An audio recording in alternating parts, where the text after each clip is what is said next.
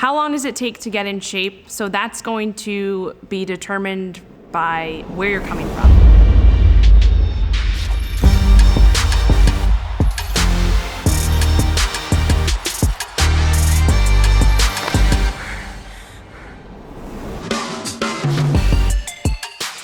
So there's not any exact amount of time that I can say like, hey, you're gonna get a six pack in this amount of time, or you're gonna lose this amount of body fat in this amount of time. We can make calculations, but really it just comes down to where you're starting at, and then also like how dialed in you are with what you're doing in terms of nutrition and exercise.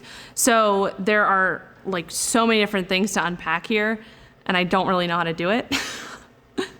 But there's really no like set period of time to say like, hey, you can get in shape in 30 days or whatever it may be. Typically, if you hear that, if you're like, oh, like, take this pill or, follow this program and you'll lose 20 pounds in 30 days, typically that's all BS. So I would run the other way.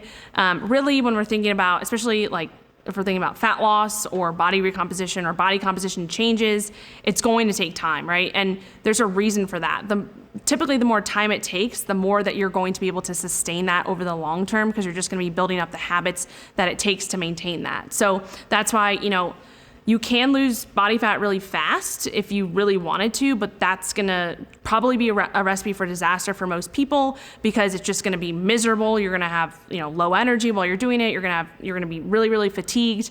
You're gonna give up probably earlier than if you just took it a little bit slower and steadier. And then you're also gonna be much more likely to kind of rebound after the fact. So typically going slow and steady is going to lead to longer term results, which is what we all want. And then when it comes to, exercise and, muscle growth, a lot of people fear that they're going to, if they miss a workout or if they miss, even a week or two in the gym, that they're going to lose all their gains. And this was definitely me at some point. I always thought like I can't miss a workout. I can't, miss a day at the gym. And really that's not the case. Like we have research that shows that it takes a long time to actually lose muscle mass. And you can even maintain your muscle mass by just doing less than 50% of what you're doing. So if you, say you work out like 4 times a week, you lift 4 times a week, and you're planning to go on vacation, for a week, and you still want to work out, you could lift two of those days and do like 50% of the work and still maintain all of your muscle. That's just a random example. Will you build new muscle? Maybe not, but you will be able to maintain that. And we have tons of research that shows that it takes a lot less to maintain what you've already built than it does to build new tissue.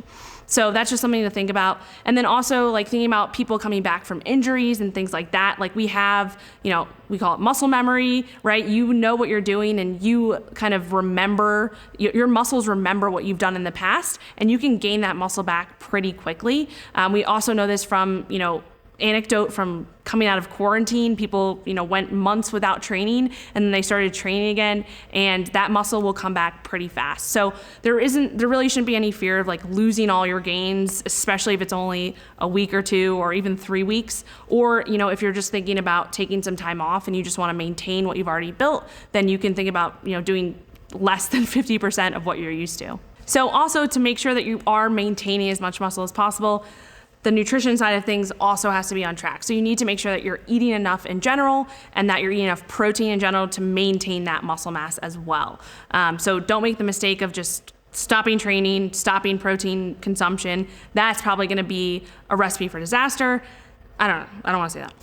So don't make the mistake of, if you're gonna stop training or, you get injured and you can't train, make sure that you're staying on top of your nutrition, because that's gonna play a role as well, especially staying on top of your protein intake. So if you're not getting enough protein, it's just, you're not giving your body enough building blocks to actually build that muscle, but also hold on to that muscle, right? And then especially as we age, we actually need more protein. So as you age, as you get older, your body starts to it's something called anabolic resistance, where the protein and the amino acids you consume actually are not taken up as efficiently as when you're younger. And so that's why people who are older actually need to consume more protein to get the same effects as those who might be like 20 years younger. Thanks so much for watching. If you want to learn more about nutrition, fitness, or metabolic flexibility, you can check out our website, metflexlife.com. There you can find our podcast, MetFlex and Chill, our nutrition and exercise programs, our latest blog posts, free recipes, and much more.